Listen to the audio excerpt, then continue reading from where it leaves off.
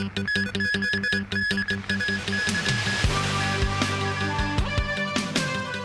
Park giant panda Ying Ying gives birth to twins. And in Thailand, the parliament elects Thaksin Shinawat's youngest daughter as the country's prime minister.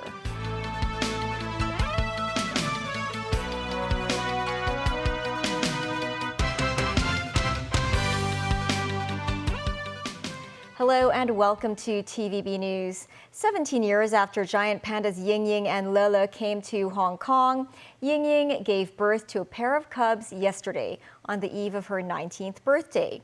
Ying Ying is also now the world's oldest first-time panda mom. Secretary for Culture, Sports and Tourism Kevin Yeung said Hong Kong will raise the twin cubs without having them sent back to Sichuan.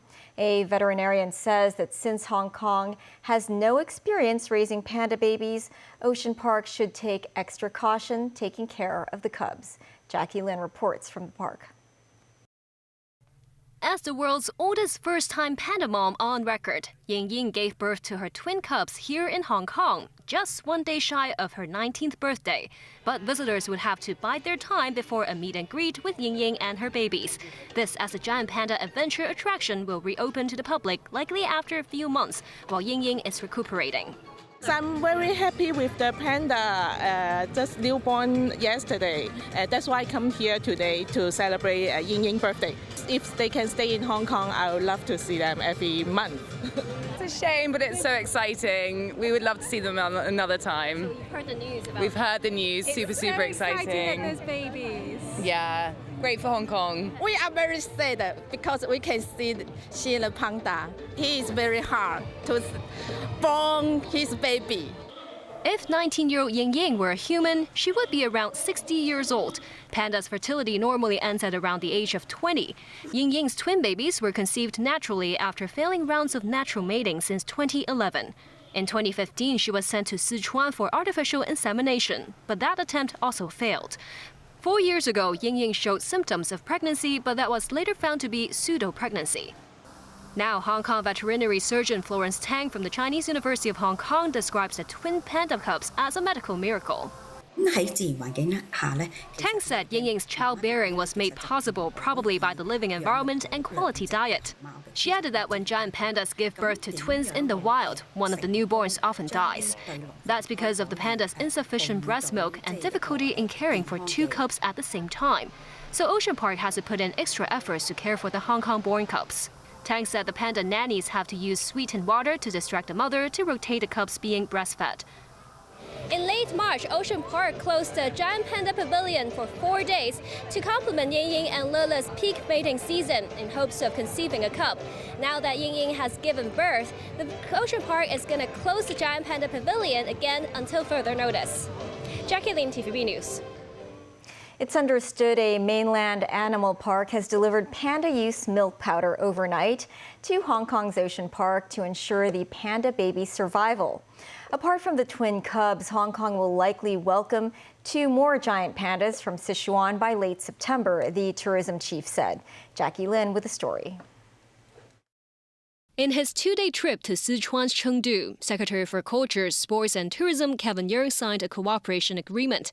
It includes follow-up work on the arrangements to send the 3rd pair of giant pandas to Hong Kong, as well as the care and research efforts related to the soon-to-arrive bears. Alongside the pair of newly born twin cubs, Ocean Park might be home to a total of 6 pandas. Tourism sector lawmaker Yu Pak Leung said the city should seize the opportunity to develop the panda economy. He suggests taking reference from Sichuan and South Korea to extend the pandas' fan base by documenting their growth on social media. References too can be taken on how to raise cubs from Guangzhou's Chimelong Safari Park. Its giant pandas gave birth to not just twins but even triplets. Its conservation experts said the cub's survival hinges on whether they receive enough milk over the coming 10 days, and human intervention is necessary. That's because inexperienced first-time panda moms sometimes fall asleep while breastfeeding, then accidentally drop their babies or crush them. At the Chimelong Park, panda babies could usually meet the public when they were around 6 months old. Jackie Lin, TVB News. At least 12 flights traveling between Hong Kong and Tokyo were cancelled owing to the effects of Typhoon Ampil. Several additional flights have been delayed. The airport authority's website indicated delayed flights include those of Hong Kong Express and Cathay Pacific. 8 Hong Kong Express flights were delayed by close to 2 days, with a departure time of flight UO652 delayed from 3 p.m. today to 2 p.m. Sunday. The budget airline announced it will offer affected patrons free flight changes or full refunds. A 6.3 magnitude earthquake struck the waters off Taiwan's eastern city of Hualien this morning. Tremors could be felt across the island and multiple aftershocks were recorded. Taiwan was rattled by the quake at around 7:30 a.m. during the morning rush hour. Dashcam footage captured the impact of the earthquake. The epicenter was located at around 34 kilometers off the coast of Hualien, with a shallow depth of 9.7 kilometers. Fortunately, the island recorded no immediate casualties this time. Officials warned that aftershocks could reach a magnitude of 5.5 or above in the next few days.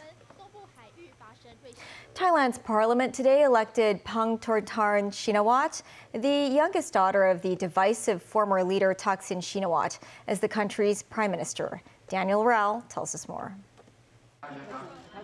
Paetongtarn has become Thailand's third leader from the Shinawat family. Her father, Thaksin Shinawat, was ousted in a military coup in 2006 and just returned to Thailand from self-imposed exile last year. Her aunt, Yingluck Shinawat, still lives in exile. Paetongtarn has also become Thailand's second female prime minister after her aunt and the country's youngest leader at 37. As a sole nominee, she was confirmed by 319 votes in approval, with 145 voted against her and 27 abstained. Members of Parliament spent about an hour casting their votes in public one by one. Paetongtarn is the leader of the ruling Pheu Thai party, but was not an elected lawmaker, which was not required for her to be a candidate for prime minister. She will officially become prime minister with a royal endorsement, though the timing of that step isn't known. Paetongtarn received warm greetings and applause from members of her party before delivering her first speech after the parliament vote at the party's office in Bangkok. I talked to my family and I talked to a lot of people from my party, and I decided that it's about time to do something for the country and for the party as well. And I hope that I can do my best to, make the country go forward. That's what I try to do. And right now, of course, today I feel very honored and I feel very happy. Paetongtarn's nomination and election followed the removal of Prime Minister Srettha Thavisin on Wednesday after less than a year in office. Thailand's constitutional court found him guilty of a serious ethical breach regarding his appointment of a cabinet member who was jailed in connection with an alleged bribery attempt. Pheu Thai and its predecessors had won all national elections since 2001 with core populist policies pledging to solve economic problems and bridge income equality until it lost to the reformist move forward in 2023. It was, however, given a chance to form a government after Move Forward was prevented from taking power by the previous Senate, a military-appointed body. However, with Thailand trapped in a tumultuous cycle of coups and court rulings that have disbanded political parties and toppled multiple governments and prime ministers, Paetongtarn could be set for a tough stint in office. Dan Rao, TV News. Still ahead, Israeli military operations continue in the Gaza Strip as international mediators hold a new round of ceasefire talks. Immigration officers arrest 3 mainland photographers suspected of working illegally in Hong Kong.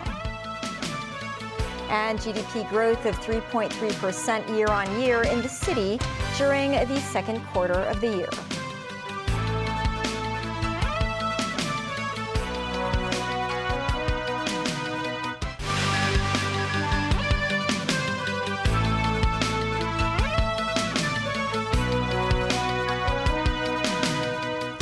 Welcome back. International mediators have held a new round of talks aimed at halting the Israel-Hamas war and securing the release of scores of hostages.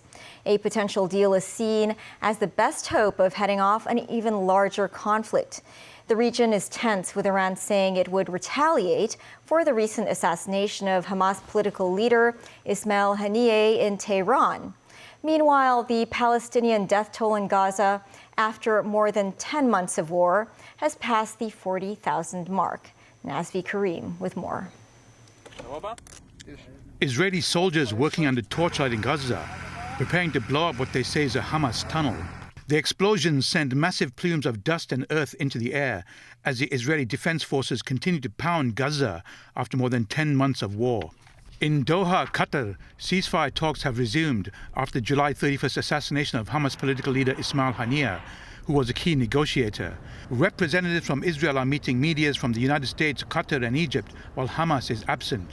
Hamas says Israel's continued bombardment of Gaza is an obstacle to talks. The U.S. State Department said negotiations are based on President Joe Biden's proposal in May that Israel and Hamas accepted, but with both sides accusing the other of adding new demands.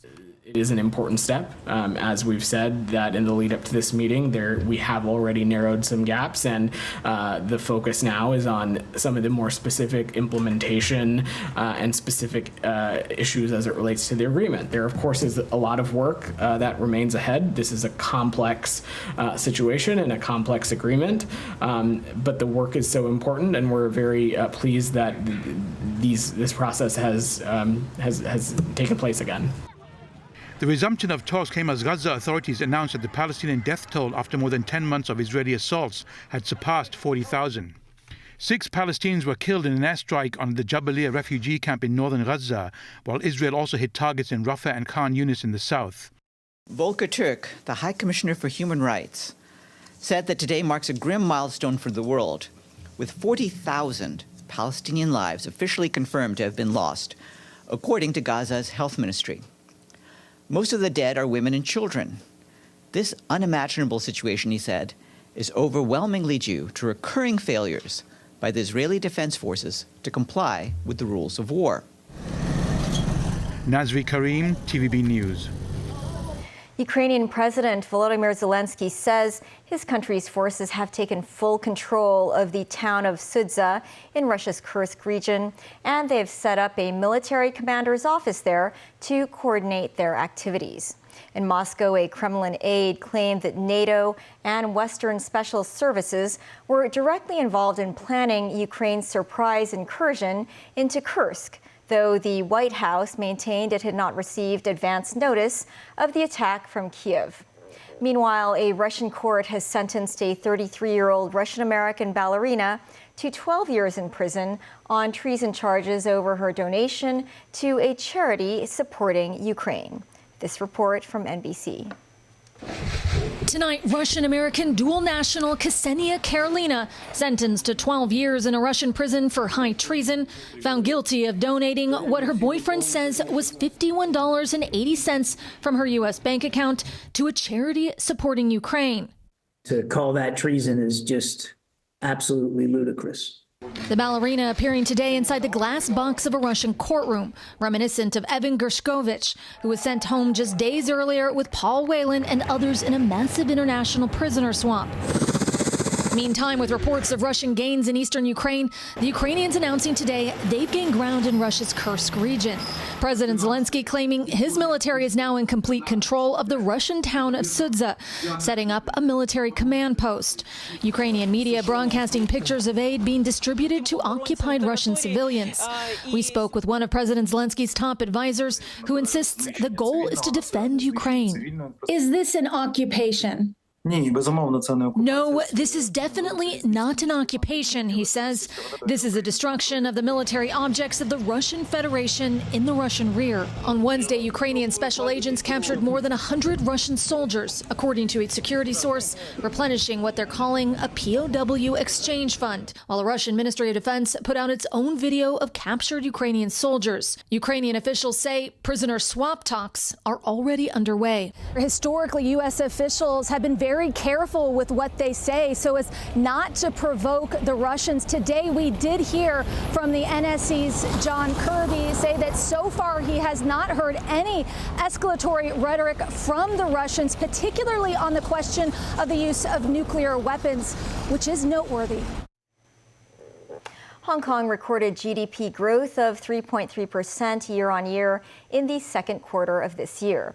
This with the city expected to see an economic growth of between 2.5 and 3.5% throughout the year. Timothy Lee reports.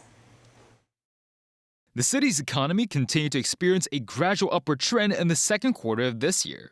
Hong Kong's GDP grew by 3.3% year-on-year, marking the sixth consecutive quarter of economic growth and an increase of 0.4% on a quarterly basis. Total exports of goods continued to grow strongly by 7.5% year-on-year, sustained by external demand. Goods exported to both the mainland and the U.S. recorded growth. Overall, exports of services saw a decelerated growth of 1.4%, and exports of travel services dipped by 8.8%. This after the per capita consumption of overnight tourists declined to $5,400, a decrease of $2,000 year-on-year. Private consumption expenditure remains weak, recording a slight drop of 1.5% year-on-year. The Hong Kong government said while central authorities have rolled out measures benefiting the city, the SAR still has to adapt to changes in the consumption behavior of tourists. One of the major uncertainties facing the global economy as well as the Hong Kong economy is the U.S. economic growth and the consequential changes in the U.S. interest rates. And on the one hand, say if the U.S. economy decelerates more, of course, it will bode well for Hong Kong's exports. But at the same time, it also means that the interest rates in the U.S. will be cut more gradually, and this will have some adverse impact on many other segments of the economy, including the consumption. The government expects further growth in the local economy, but uncertainties arise owing to the effects of geopolitical instability and the global economic situation. The city continues to forecast a GDP growth of between 2.5 and 3.5% throughout the year. Meanwhile, the city is sitting at an unemployment rate of 3%, with the figure being similar to that of the previous census. Timothy Lee, TVB News. The Immigration Department has arrested 3 mainland photographers on suspicion of working illegally in the city while posing as tourists. Authorities have also reminded the public they could be breaking the law by employing illegal workers. Timothy Lee tells us more. Tourists from the mainland may want to preserve their best memories in the city by taking pictures of themselves with Hong Kong's countless landmarks. On mainland social media, it's easy to find ads of mainland photographers who will accompany their clients to the SAR for wedding or personal photo shoots. Some of them even offer makeup and photo editing services, but their work in the city is not always legal. Between Wednesday and Thursday this week, the Immigration Department arrested 1 man and 2 women from the mainland aged between 25 and 30 who were suspected of working illegally as photographers. Immigration officers seized photography equipment, memory cards, as well as mobile phones during their operation. Authorities said the trio used social media to offer wedding and street photography services in Hong Kong for a price of between 1,000 and 1,500 yuan. Immigration officers posing as customers booked the mainland photographers for a photo shoot in Hong Kong. While the photographers were providing the service in the city, they were arrested. The Immigration Department reminded the public that anyone employing non-local photographers to work illegally in the city could be subject to legal consequences. It added that the hiring of illegal workers could result in a maximum sentence of 10 years in jail and a $500,000 fine. Meanwhile, with the growing trend of Hong Kongers hiring photographers to take wedding photos abroad, many raised concerns about its legality. Queen Lee, the manager of a local wedding planner company, said the rules are different depending on individual countries. She said most wedding planners would conduct research about their clients' preferred locations prior to their photo shoot sessions. She also reminded couples to carefully do their own research about relevant laws in their countries of choice. Timothy Lee, TVB News. That's the news. Thanks for watching. Have a great weekend.